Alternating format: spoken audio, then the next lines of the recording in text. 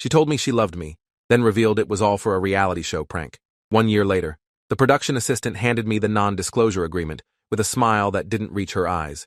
I was sitting in a sterile conference room on the 32nd floor of a building in downtown Los Angeles, staring at legal documents that detailed exactly how much I was worth to them. $250,000. That's what they were offering me to sign away my right to sue, to never speak publicly about what happened, to pretend that 6 months of my life hadn't been an elaborately staged psychological experiment designed for entertainment. The PA said I should feel lucky they were being so generous, that most people in my position got nothing at all. I looked at her and asked where the cameras were this time, because surely this had to be another joke. She didn't laugh. Neither did the 3 lawyers sitting across from me, watching with expressions that suggested they'd done this before and knew exactly how it would end. I'd met Vanessa 8 months earlier at a coffee shop 3 blocks from my apartment in Portland. I was there every morning at 7:15, ordering the same medium roast with room for cream, sitting at the same table by the window to work on my freelance graphic design projects before the day got too busy. She'd walked in one morning in late September wearing a green jacket and carrying a messenger bag covered in patches from bands I actually listened to. She ordered something complicated with oat milk and extra shots, then looked around for a seat. The place was packed like it always was at that hour, every table occupied except for the empty chair at mine.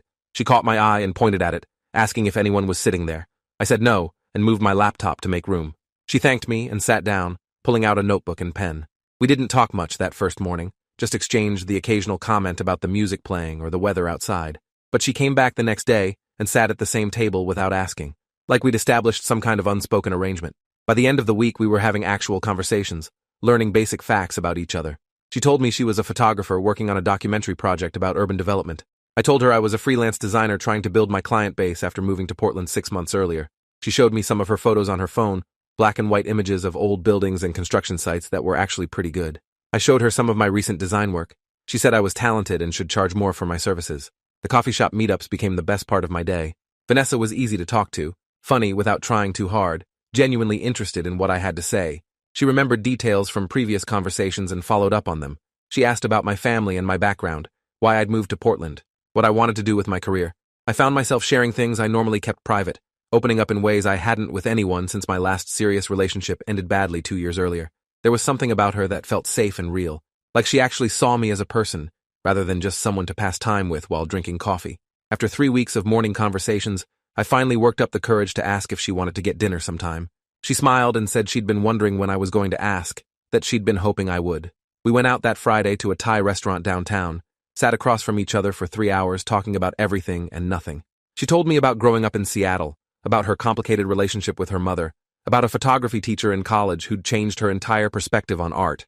I told her about my childhood in Ohio, about losing my dad to cancer when I was 19, about struggling to find my place in the world as a creative person who was supposed to be practical and stable.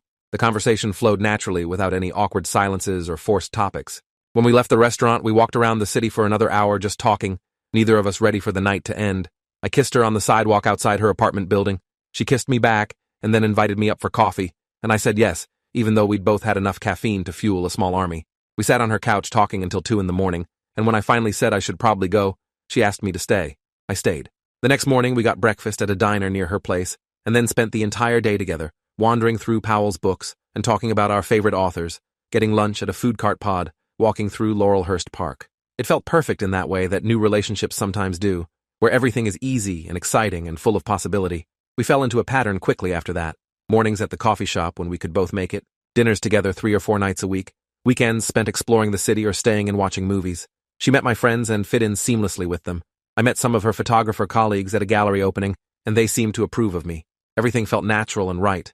Within 2 months, we were essentially dating exclusively without having to have any awkward conversation about labels or definitions. She started keeping clothes at my apartment, and I kept a toothbrush at hers.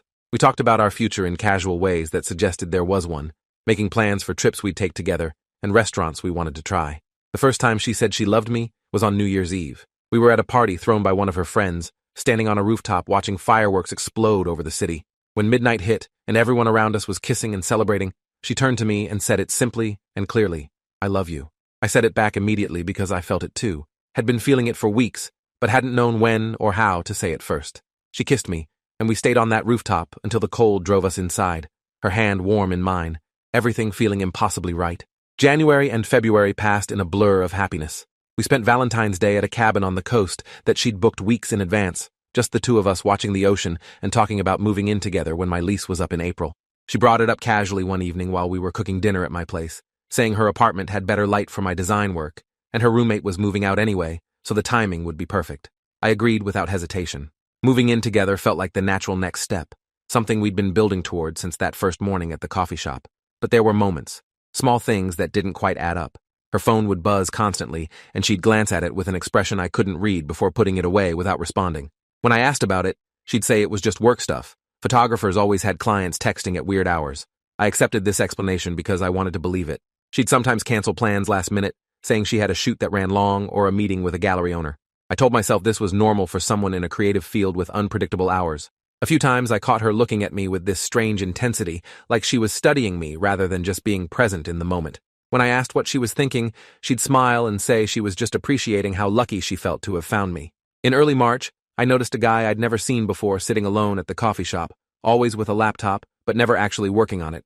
He'd glance up whenever Vanessa and I were talking, but when I made eye contact, he'd look away quickly. I mentioned it to Vanessa, and she said she'd noticed him too, that he was probably just some regular customer who happened to be there at the same time as us.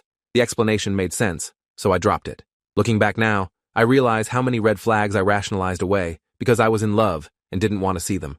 The other weird thing was that Vanessa never wanted me to meet her family. She talked about them occasionally, mentioned her mother and younger brother, but whenever I suggested we could visit Seattle for a weekend, she'd change the subject or say the timing wasn't right. She'd met my mom and sister over Skype and had been warm and charming with them, so her reluctance to introduce me to her own family felt inconsistent. When I pressed her on it in late March, she got defensive and said her relationship with her mother was complicated, and she wasn't ready to deal with that dynamic yet. I backed off because I didn't want to push, told myself that everyone moves at their own pace with family introductions. We moved in together on April 1st. I should have recognized the significance of that date, but I was too caught up in the excitement of combining our lives to think about it. Her apartment was in a better neighborhood than mine, a spacious two-bedroom with hardwood floors and big windows that filled the space with natural light. We spent the weekend unpacking my stuff and organizing everything, making the space feel like ours instead of just hers. She seemed genuinely happy, talking about how right it felt to wake up together every morning and come home to each other every night. I felt the same way. This was what I'd wanted, what I'd been working toward for months. The reveal happened 3 weeks later on a Wednesday evening in late April. I came home from a client meeting around 6 to find the apartment full of people I didn't recognize. There were at least 8 strangers in my living room, some holding cameras, some holding lights, all of them staring at me with expressions ranging from excitement to discomfort. Vanessa was standing in the middle of the room next to a man in his 40s wearing expensive jeans and a blazer. She looked nervous, but also weirdly excited, like she was waiting for something to happen. I asked what was going on, and the man in the blazer stepped forward with his hand extended. He introduced himself as Greg Latimer, executive producer of a show called Heartbreak Hotel that aired on a streaming platform I'd heard of but never watched. He had the kind of artificially white teeth and perfectly styled hair that screamed television professional. He said he had something to show me and gestured toward the television mounted on our wall. Someone pressed play on a remote, and footage started playing. Footage of me and Vanessa, our first conversation at the coffee shop, clearly filmed from a hidden camera.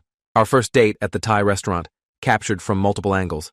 The New Year's Eve party where she'd told me she loved me, shot with professional quality equipment that had been concealed somehow. Clips from the past 6 months of my life. Intimate moments I'd thought were private, now edited together into a coherent narrative with dramatic music and voiceover commentary. The voiceover explained the premise of the show. They found people who seemed lonely or unlucky in love, and set them up with actors who pretended to fall in love with them over several months. The mark would believe they'd found real love, while everything was actually being carefully orchestrated and filmed for entertainment. The show would then reveal the truth in a dramatic confrontation, capturing the target's reaction as their relationship was exposed as a complete fabrication. I stood there watching myself on screen, watching Vanessa laugh at my jokes and hold my hand and tell me she loved me, all while knowing now that none of it had been real. Every conversation, every touch, every moment of vulnerability I'd shared had been performed for cameras I never knew were there. My hands started shaking. I looked at Vanessa and asked if this was really happening, if everything between us had been fake. She wouldn't meet my eye, but she nodded, confirming what I already knew but couldn't fully accept. Greg stepped in and said they'd like to film my reaction for the show, that this was the big reveal moment they'd been building toward all season. He said I should feel honored to be part of something that would be watched by millions of people, that my story was compelling and would really resonate with audiences. He asked how I was feeling and held out a microphone, waiting for me to deliver some kind of emotional breakdown they could use for their finale. I didn't give them what they wanted. I stood there in shocked silence for what felt like hours, but was probably only 30 seconds, Then I asked everyone to leave my apartment immediately. Greg said we should talk about this, that they had a contract Vanessa had signed giving them permission to film in shared spaces, and that technically they had a right to be there. I told him I didn't care about their contract, that they needed to get out, or I was calling the police. He looked at his crew and made some kind of signal, and they started packing up equipment. Vanessa tried to approach me, and I held up my hand to stop her. I told her to pack her stuff and leave too. She said she was sorry, and I said I didn't want to hear it, just wanted her gone. They left, all of them. I stood alone in the apartment I'd thought I was building a life in and tried to process what had just happened. My phone started buzzing immediately with texts from friends who'd seen the crew leaving the building and wanted to know what was going on. I ignored them and sat on the couch, staring at the blank television screen, trying to understand how I'd been so completely fooled. Everything had felt real. Her laugh, her stories, her tears, when she talked about her father who'd left when she was young. How much of it had been true? How much of the person I'd fallen in love with had actually existed? I called my sister that night and tried to explain what happened. She couldn't believe it at first, kept asking if I was sure it wasn't some kind of misunderstanding. I sent her screenshots of texts I'd received from Greg Latimer's production company, saying they'd be in touch about release forms and appearance fees. She was horrified and angry on my behalf, said I should get a lawyer immediately. I told her I just needed time to process, that I couldn't think about legal implications when I was still trying to accept that my entire relationship had been a performance. She made me promise to call her the next day and to reach out if I needed anything. I promised and hung up. I didn't sleep that night.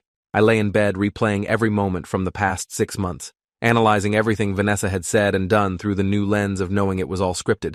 The band patches on her messenger bag that matched my music taste, was that researched? The photography work she'd shown me, was any of it actually hers? The stories about her childhood, were those real or just character background developed by writers?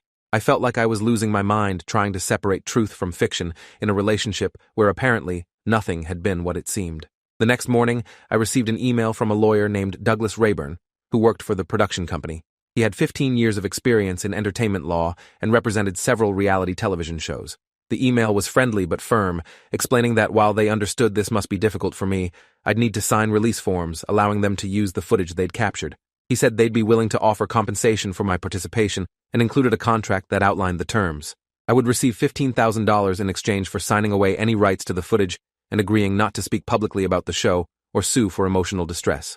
He said this was standard for their program, and that I should consider it generous, given that I'd technically been filmed in public spaces and shared residences where Vanessa had given consent.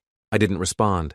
Instead, I started researching Heartbreak Hotel online and found their previous seasons available on the streaming platform. I watched episodes from season 1 with growing horror. The show followed the exact same formula they'd used on me. Targets were selected based on their social media presence and dating history. Actors were hired to play their perfect match, carefully designed to appeal to their specific interests and desires. The relationships would develop over months while hidden cameras captured everything. Then came the reveal episode where the target's world fell apart in real time for viewers' entertainment.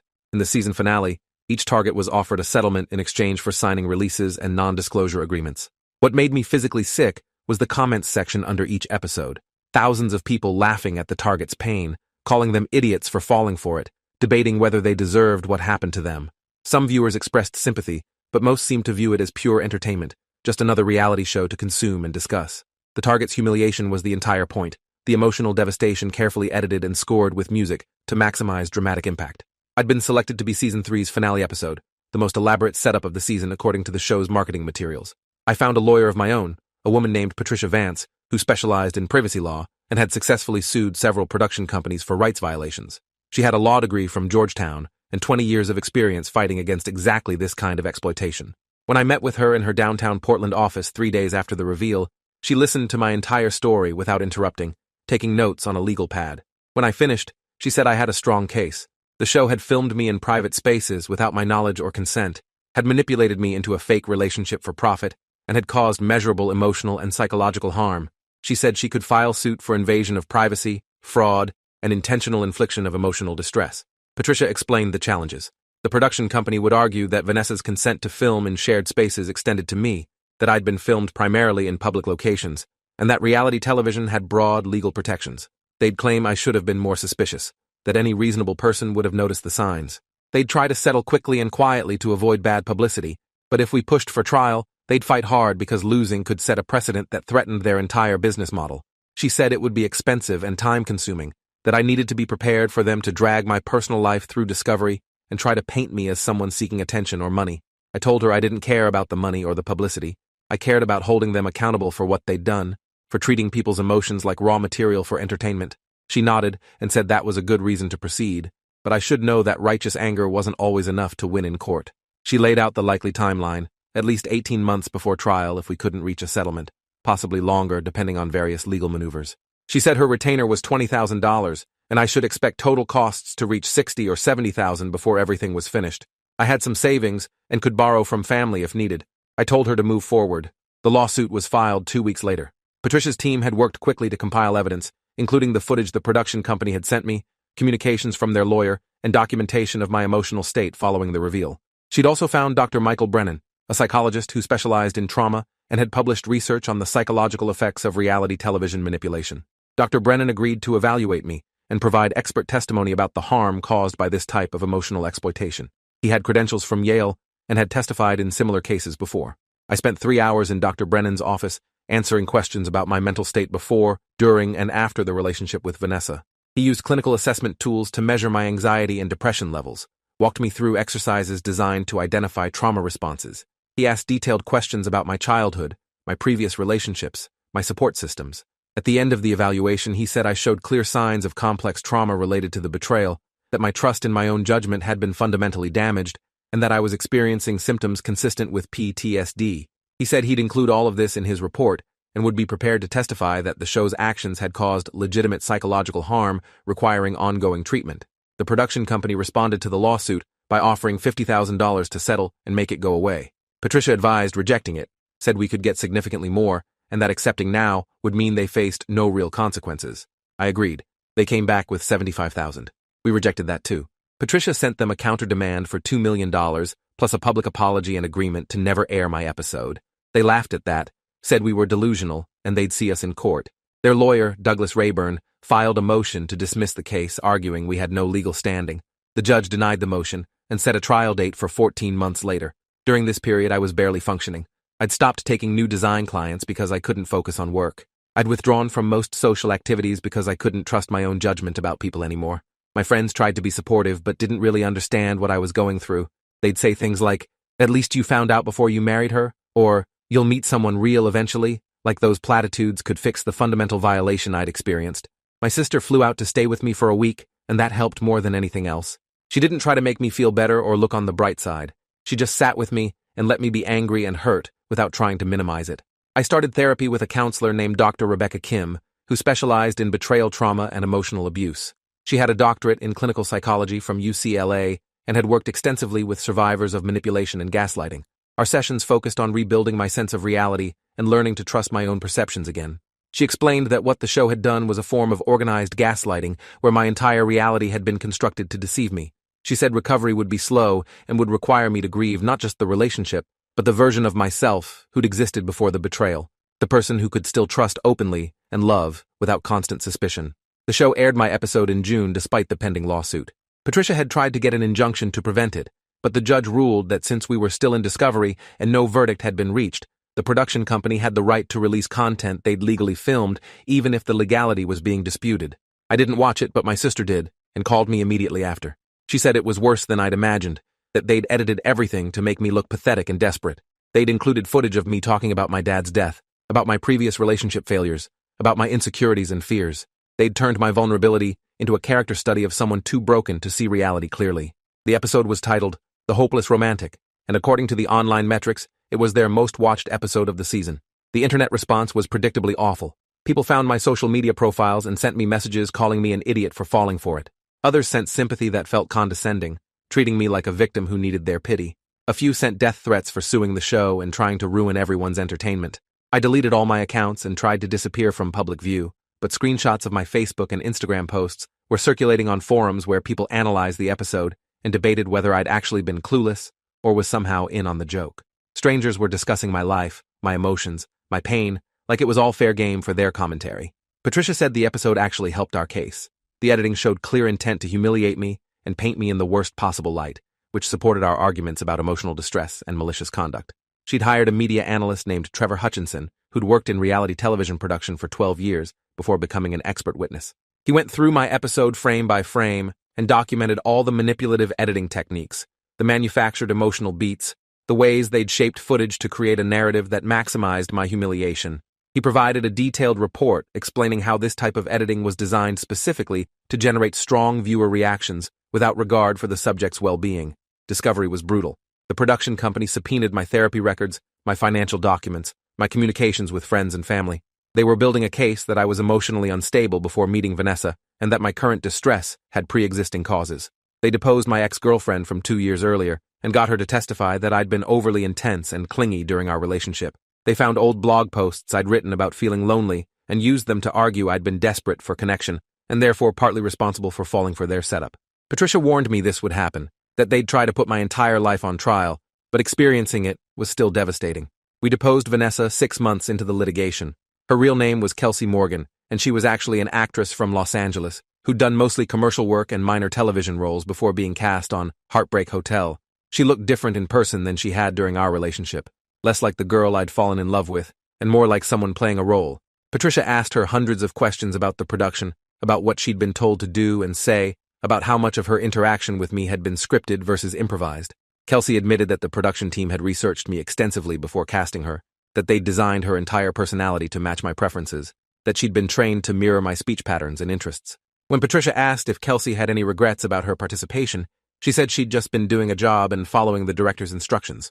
She said she hadn't really thought about the impact on me as a real person, that the production team had assured her everything was legal and consensual. When asked if anything about our relationship had been genuine, she paused for a long time before saying she'd liked me as a person, but everything she'd expressed romantically had been performance. She said she was engaged now to someone she'd been dating during our entire fake relationship, that her actual life had continued normally while she was pretending to build one with me. That deposition broke something in me. Hearing her reduce our entire relationship to a job performance, listening to her describe me as a nice enough guy she'd had no real feelings for, understanding that while I was falling in love with her, she was going home to someone else every night and laughing about her workday. Dr. Kim helped me process this during our next session, but the damage was profound. I'd lost the ability to believe in romantic love, to trust that anyone's expressed feelings could be genuine. She said this was a normal response to betrayal trauma, but that with continued therapy, I could eventually rebuild that capacity. I wasn't sure I wanted to. The case finally went to mediation in October, 10 months after filing the lawsuit. A retired judge named Denise Caldwell, who specialized in complex civil litigation, served as the mediator. She had 30 years of experience on the bench before retiring to private practice. The mediation lasted 2 full days with both sides in separate conference rooms, while Judge Caldwell went back and forth trying to find middle ground. The production company started at $200,000. Patricia countered at $1.8 million. They slowly moved toward each other over hours of negotiation, debate, legal arguments. On the second afternoon, Judge Caldwell came into our conference room and told me I needed to make a decision. The production company was offering $750,000, a public statement acknowledging that their methods had caused me harm, and an agreement to never air my episode again or use my footage in any promotional materials. They would also fund my therapy for the next 3 years. In exchange, I'd sign a non-disclosure agreement preventing me from speaking about the case or the show and release them from any future liability. She said this was probably the best offer we'd get, and that going to trial was always a risk, no matter how strong our case seemed. Patricia said the decision was mine. She thought we could win more at trial, but there was genuine risk the jury wouldn't sympathize with me, that they'd see reality television as something I should have been suspicious of, that they'd minimize the harm. She said $750,000 was significant money and represented real accountability even if it felt insufficient compared to what they'd done. I thought about it for an hour, weighing vindication against certainty, thinking about whether I could handle a public trial where every detail of my personal life would be examined. I agreed to the settlement. The formal settlement conference happened 3 weeks later in the same conference room where this all started, the one on the 32nd floor where the production assistant had handed me that first insulting offer of $250,000 almost 7 months earlier. This time the room was fuller, more lawyers on both sides, more documents to review and sign. Patricia had negotiated additional terms beyond the monetary settlement. The production company had to remove my episode from their streaming platform within 30 days. They had to destroy all footage of me in their possession except what was needed for legal compliance. They had to issue a statement to major entertainment publications acknowledging that they'd reevaluated their production practices after my case. It wasn't everything I'd wanted, but it was more than most people in my position ever got. I signed the papers and watched the production company's legal team do the same. Douglas Rayburn shook my hand and said he hoped I could move forward now, his tone suggesting he thought I was being overly dramatic about the whole thing. Greg Latimer wasn't there, had sent his lawyers to handle it without facing me directly. Kelsey wasn't there either, had no reason to be since she'd just been an employee following instructions. I walked out of that building with a settlement check and a sense of emptiness rather than victory. They'd paid money, but they hadn't really acknowledged the wrongness of what they'd done, hadn't changed their fundamental business model, would probably do the same thing to someone else as soon as their legal team determined it was safe. The money came through 2 weeks later. After Patricia's fees and expenses, I netted about $500,000. I put most of it into investments and used some to take an extended trip to Japan, something I'd always wanted to do, but never had the time or money for. I spent 6 weeks traveling alone through Tokyo, Kyoto, Osaka, just walking through cities where no one knew me or my story. It was therapeutic in ways therapy sessions hadn't been, the physical distance creating space for emotional processing I couldn't do at home surrounded by reminders. When I returned to Portland in January, almost exactly 1 year after Vanessa had told me she loved me on that rooftop, I started rebuilding my life intentionally rather than reactively. I took on new design clients, carefully selected projects I genuinely cared about rather than just accepting whatever came my way. I reconnected with friends I'd pushed away during the darkest months, apologizing for withdrawing and explaining what I'd been dealing with. Most of them were understanding and supportive. The few who weren't probably weren't real friends anyway. I continued therapy with Dr. Kim and slowly started to feel like myself again, or rather, like a new version of myself that incorporated what I'd learned. I wasn't the same person I'd been before Vanessa. That person was gone forever, but I wasn't just a victim either. Wasn't defined solely by what had been done to me. I was someone who'd survived a calculated betrayal, who'd fought back against a company that treated people as content, who'd forced a measure of accountability, even if it felt insufficient. That was something. The production company's statement came out in early February, buried in entertainment industry publications most people never read. It was carefully worded to admit minimal fault while suggesting they were being proactive about improving their practices. It mentioned me only obliquely as a participant whose experience led us to reevaluate certain production methods.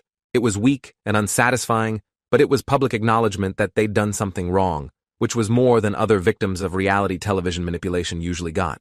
I started dating again in the spring, cautiously and slowly. Not because I was looking for another relationship, but because I wanted to prove to myself that I could still do it, could still be open to connection, despite knowing how badly it could go.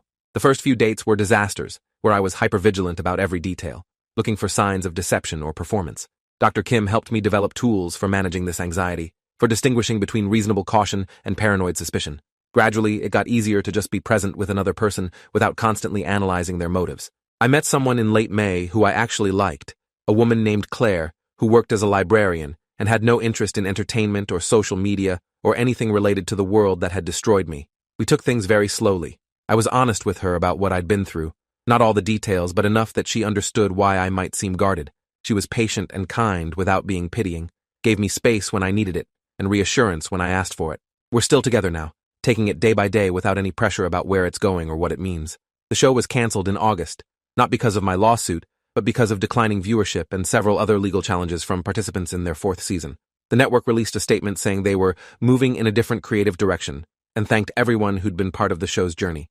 There was no acknowledgement of the harm they'd caused to actual people, no apology to the dozens of targets whose lives they'd disrupted for entertainment, just a corporate goodbye and a pivot to whatever new exploitation they'd developed to replace it. Thanks for watching till the end. Make sure to subscribe and like to not miss the next story.